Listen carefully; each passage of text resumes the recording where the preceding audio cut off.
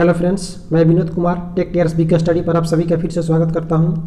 दोस्तों, आज हम Mahavir quiz and test centre का अगला सेट लेकर आए हैं। यदि आपने इसके पिछले पार्ट्स को नहीं देखा है तो इस वीडियो को डिस्क्रिप्शन में सभी पिछले पार्ट्स का लिंक दिया गया है। आप वहां से जाकर के सारे पिछले पार्ट्स को एक बार जरूर देख लें। यदि आप आने वाले RRB, NTPC, group D, Bihar SIPT या बीएसएससी मेंस या डीआरडीओ इनमें से कोई भी एग्जाम देने वाले हैं तो ये सेट आपके लिए बहुत ही महत्वपूर्ण साबित होगा। चलिए बिना समय के बाद इस सेट को हम यहाँ पर शुरू करते हैं। जैसा कि आपको पता है कि हम यहाँ पर इस सेट के केवल साइंस, जनरल स्टडी और करंट अफेयर्स के क्वेश्चन का डिस्कशन करते हैं। यदि आप इसके मैथ और रीजनिंग को सॉल्व करना चाहते हैं और इस पीडीएफ को पाकर पूरा सेट बनाना चाहते हैं तो आप हमारे नंबर 9661209324 पर व्हाट्सअप करें और पीडीएफ लिखें। बस पीडीएफ लिख कर छोड़ दें, वहाँ से आपको ये सेट मिलना स्टार्ट हो जाएगा। चलिए अब इस सेट को यहाँ पर शुरू करते हैं। यहाँ पर आपका पहला प्रश्न है कि किस ब्लॉक के तत्वों को संक्रमण तत्व के नाम से भी जाना जाता है। यहाँ पर आपका राइट आंसर होगा ऑप्शन नंबर सी यानी डी ब्लॉक। डी ब्लॉक के जो भी आपका तत्व होते हैं उसको हम संक्रमण तत्व कहते हैं। और संक्रमण तत्वों की संख्या पूछता है तो ध्यान रखिए, संक्रमण तत्वों की संख्या आपकी 23 है। चलिएगा प्रश्न देखते हैं। अगला प्रश्न आपका है कि भूपर्पटी में सबसे अधिक मात्रा में पाया जाने वाला धातु तत्व कौन सा है। यहाँ पर आपका right answer option number B aluminium. जबकि यही प्रश्न आपका पूछे कि भूपर्पटी में सबसे अधिक मात्रा में पाया जाने वाला तत्व कौन सा है तो आपका ऑक्सीजन आंसर होगा। लेकिन जैसे ही प्रश्न में ये लगा है कि धातु तत्व तो आपका राइट आंसर एल्युमिनियम होगा। चलिए अगला प्रश्न देखते हैं। अगला प्रश्न आपका है कि दांत का शिखर बना होता है। दांत का शिखर किसका बना होता है तो यहाँ राइट आंसर आपका होगा ऑप्शन नंबर बी एनामेल का। अगला प्रश्न आपका है कि विटामिन डी की कमी से वयस्कों में कौन सा रोग होता है। यहाँ पर आपका राइट आंसर होगा option number C osteomalacia. Vitamin D की कमी से जो वयस्क में जो बीमारी होती है उसको ऑस्टियोमलेशिया कहते हैं और जो बच्चों में होता है उसको हम रिकेटस यानी सूखा रोग कहते हैं। चलिए अगला प्रश्न देखते हैं। अगला प्रश्न आपका है कि एक मनुष्य स्मृति खो बैठा है, इस मनुष्य के मस्तिष्क का कौन सा भाग प्रभावित हुआ है। यहाँ पर आपका right answer option number A प्रमस्तिष्क। प्रमस्तिष्क में जब भी किसी प्रकार कोई प्रॉब्लम होता है तो मनुष्य जो अपना याददाश्त है वो धीरे धीरे खोने लगता है। अगला प्रश्न आपका है प्रश्न संख्या 6। थारू जनजातियाँ कहाँ पाई जाती है तो यहाँ पर आपका right answer option number A तराई प्रदेशों में।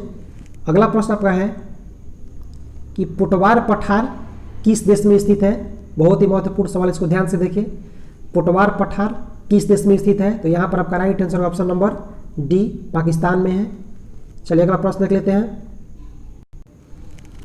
अगला प्रश्न आपका है कि भारत में स्वसंपोषित विकास उद्देश्य सर्वप्रथम अपनाया गया। यहाँ पर आपका राइट आंसर ऑप्शन नंबर ए तृतीय योजना में। चलिए अगला प्रश्न देख लेते हैं। अगला प्रश्न आपका है कि भारत के शहरों को गंदी बस्ती रहित बनाने के लिए कौन सी योजना की शुरुआत की गई थी। यहाँ पर आपका राइट आंसर ऑप्शन नंबर ए भारत निर्माण योजना। अगला प्रश्न आपका है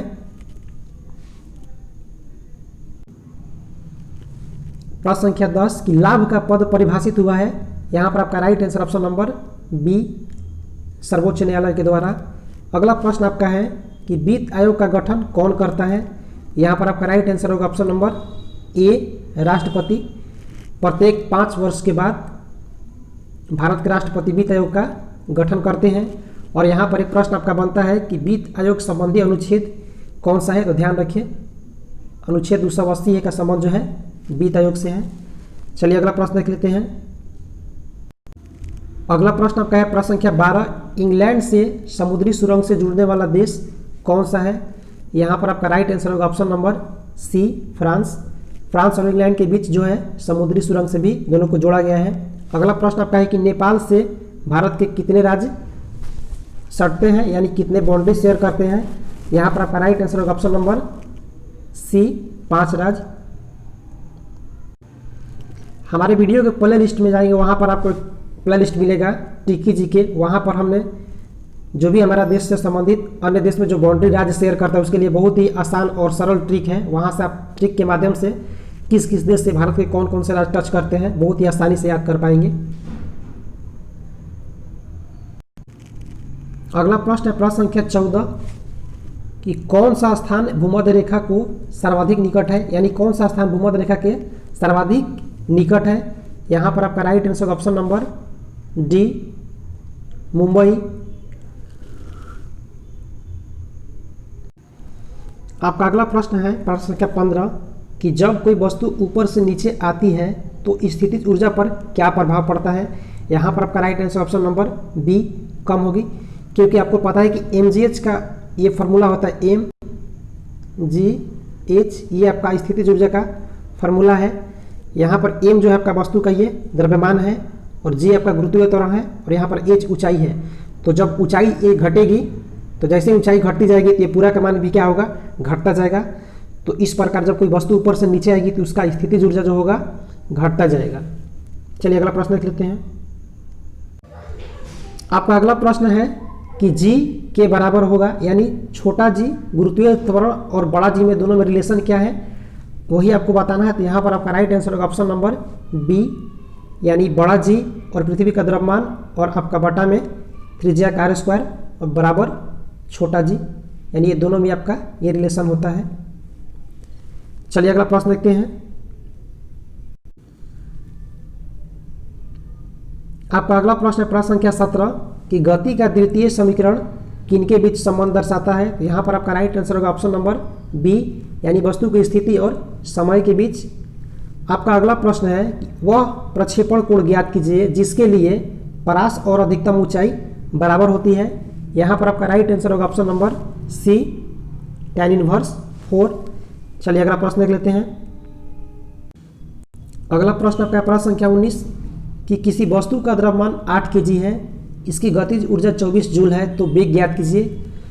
तो यहाँ पर गतिज ऊर्जा की बात की है कि तो यहाँ पर हम आपका फॉर्मूला लगा देंगे हाफ mv² और यहाँ पर आपका इधर 24 दिया गया है, इधर 24 आपका पूरा गतिज ऊर्जा हो जाएगा और यहाँ पर आपका वस्तु का द्रव्यमान 8 kg दिया गया तो 8 रखें और यहाँ से आप इसका v का मान आसानी से निकाल पाएंगे। चलिए अगला प्रश्न देखते हैं। आपका अगला प्रश्न है कि यदि एक वस्तु पर 3 न्यूटन का बल कार्यरत है तो वस्तु का द्रव्यमान 50 kg हो तो 4 सेकंड के बाद वस्तु का वेग क्या होगा। तो यहाँ पर देखेंगे सबसे पहले कि यहाँ पर आपका वस्तु का अंतिम वेग पूछ रहा है। तो जब अंतिम वेग पूछ रहा है तो आपका फॉर्मूला लगेगा v बराबर u प्लस हाफ at², ये आपका फॉर्मूला लगेगा। और प्रश्न में आपको दिया क्या गया है, यहाँ पर हमको अंतिम वेग निकालने के लिए प्रारंभिक वेग चाहिए, उसके बाद आपका त्वरण चाहिए और t आपका समय चाहिए। तो इस प्रश्न में हम तो प्रारंभिक वेग को यहाँ पर 0 मान लेंगे, इसका काम खत्म हो गया। अब हमें त्वरण और समय चाहिए। तो यहाँ पर प्रश्न में आपको समय तो दिया गया है, यानी मूल रूप से हमको यहाँ पर त्वरण निकालना है। तो त्वरण हम कैसे निकालेंगे, यहाँ पर आपका बल दिया गया है और द्रव्यमान दिया गया है। तो आपका जो फॉर्मूला बल का होता है F बराबर ma, यानी द्रव्यमान गुणित त्वरण। तो यहाँ पर आपका जो बल का मान दिया गया 3 न्यूटन यहाँ रखिए, 50 kg यहाँ रखिए और ये आपका ये हो जाएगा त्वरण निकले तो आपका त्वरण हो जाएगा 3/50। बस इसी 3/50 को उसमें एक जगह पर पुट कर दीजिए, आपका अंतिम वेग निकल जाएगा। वहाँ पर प्रारंभिक जो आपका प्रारंभिक u जो है उसको वहाँ पर 0 मान लीजिएगा। चलिए अगला प्रश्न देखते हैं। आपका अगला प्रश्न है प्रश्न संख्या 21 की एक वस्तु का द्रव्यमान पृथ्वी पर 60 kg है तो चंद्रमा पर द्रव्यमान क्या होगा। तो यहाँ पर आपका राइट आंसर होगा ऑप्शन नंबर सी, 60 kg ही, क्योंकि द्रव्यमान जो होता है किसी भी वस्तु का फिक्स होता है, वो किसी भी ग्रह पर जाए वो चेंज नहीं होता है। चेंज जो होता है आपका भार चेंज होता है, क्योंकि भार में आपका शामिल होता है द्रव्यमान और जो जिस ग्रह पर आप जा रहे हैं उसका गुरुत्वीय त्वरण। यदि पृथ्वी पर है तो पृथ्वी का, चांद पर है तो चांद का। तो द्रव्यमान जो आपका है वही रहेगा, जबकि भार बदल जाएगा। चलिए अगला प्रश्न देख लेते हैं। अगला प्रश्न आपका है प्रश्न संख्या 22 कि CO यानी कार्बन मोनोऑक्साइड का आणविक द्रव्यमान क्या होगा। तो बस यहाँ पर आपका दोनों का आणविक द्रव्यमान याद होना चाहिए। अगर आणविक द्रव्यमान याद नहीं है तो परमाणु संख्या से भी लगभग हम आणविक द्रव्यमान पर पहुँच सकते हैं। करेक्ट नहीं, सब में ये तो आप लागू नहीं कर सकते हैं, लेकिन यहाँ पर हो सकता है। देखिए आपका कार्बन जो होता है इसका परमाणु द्रव्यमान आपका 12 है और आपका ये जो ऑक्सीजन है इसका 16 है। तो बस दोनों को ऐड कर देना है। यहाँ पर आपका राइट आंसर हो जाएगा 28, यानी ऑप्शन नंबर बी। चलिए अगला प्रश्न देख लेते हैं। यहाँ पर आपका अगला प्रश्न है कि 12 वोल्ट को विभवांतर वाले दो बिंदुओं के बीच 4 कूलम के चार्ज यानी आवेश को प्रवाहित करने पर कितना काम किया जाएगा। तो यहाँ पर इलेक्ट्रिसिटी में जो होता है आपका कार्य का फॉर्मूला होता है, कार्य यानी W बराबर आपका होता है Q इंटू V यानी आवेश गुणे वोल्ट। तो यहाँ पर आपका दिया गया, पूछा गया है कार्य, तो यहाँ पर आपका वोल्ट दिया गया है क्या, आवेश आपका 4 है, 4 कूलम, और आपका ये दिया गया है 12 वोल्ट। तो यहाँ पर आपका बढ़ चुके 48 जूल हो जाएगा, राइट आंसर। चलिए अगला प्रश्न देखते हैं। अगला प्रश्न आपका है कि रेगुलेटिंग एक्ट कब पारित हुआ था। तो यहाँ पर आपका right answer option number C 1773 में। अगला प्रश्न आपका प्रश्न संख्या 25, मौलिक अधिकार के अंतर्गत कौन सा अनुच्छेद बच्चों के शोषण से संबंधित है। यहाँ पर आपका राइट आंसर होगा ऑप्शन नंबर डी,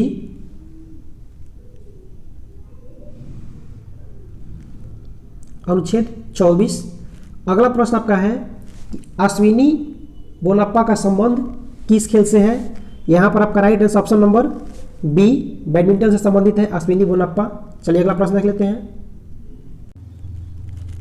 अगला प्रश्न आपका है कि सिखों के चौथे गुरु कौन थे।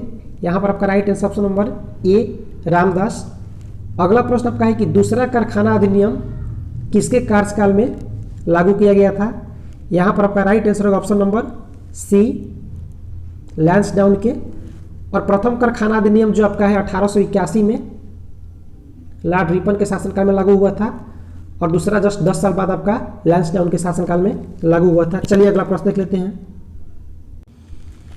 अगला प्रश्न आपका है कि निम्न में से कौन भारत के प्रधानमंत्री बनने से पहले एक मुख्यमंत्री नहीं थे। तो यहाँ पर आपका right answer option number C, Indira Gandhi. चलिए थोड़ा करंट अफेयर्स क्वेश्चन उनको देख लेते हैं। इस सेट में आपका करंट अफेयर्स से बहुत ही कम क्वेश्चन है। यहाँ पर जनरल साइंस और जनरल स्टडी के क्वेश्चन है, आइए इनको हम देखते हैं। यहाँ पर आपका प्रश्न संख्या 91 अगला है, ऑक्सीजन के सापेक्ष क्लोरीन की संयोजकता क्या है। तो यहाँ पर आपका राइट आंसर होगा ऑप्शन नंबर बी, 7। अगला प्रश्न आपका है कि जयकवाड़ी जल विद्युत परियोजना किस नदी पर है। ये आपका गोदावरी नदी पर है। अगला प्रश्न आपका है प्रश्न संख्या 93 कि फ्रीडम इन द वर्ल्ड 2020 के सूचकांक में भारत का स्थान क्या रहा। यहाँ पर आपका राइट आंसर है ऑप्शन नंबर ए, 83।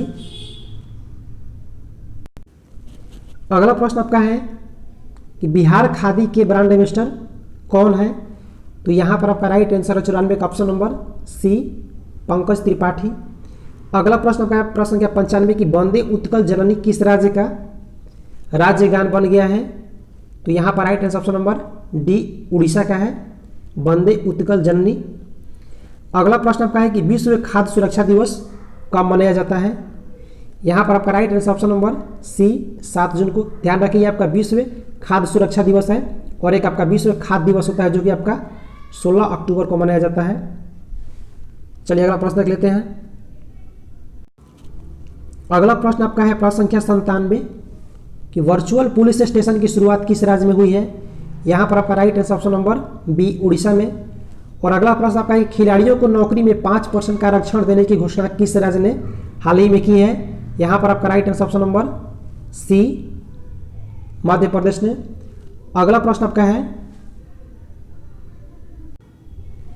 सॉरी दोस्तों, यहाँ पर जो 97 नंबर प्रश्न है यहाँ पर आपका right answer option number C होगा, महाराष्ट्र। यानी वर्चुअल पुलिस स्टेशन की शुरुआत किस राज्य में हुई है। तो यहाँ पर आपका राइट आंसर 97 का बी है। Sorry 1 minute. चलिए यहाँ पर सही है, उड़ीसा ही सही है आपका, राइट आंसर सही है यहाँ पर उड़ीसा ही, थोड़ा मिस्टेक हो गया इसके लिए सॉरी दोस्तों। अगला प्रश्न आपका है कि खिलाड़ियों को नौकरी में 5% का आरक्षण देने की घोषणा किस राज्य ने की है। यहाँ पर आपका right answer option number C, Madhya Pradesh. और अगला प्रश्न आपका है कि कांटेदार वन कहाँ पर पाए जाते हैं।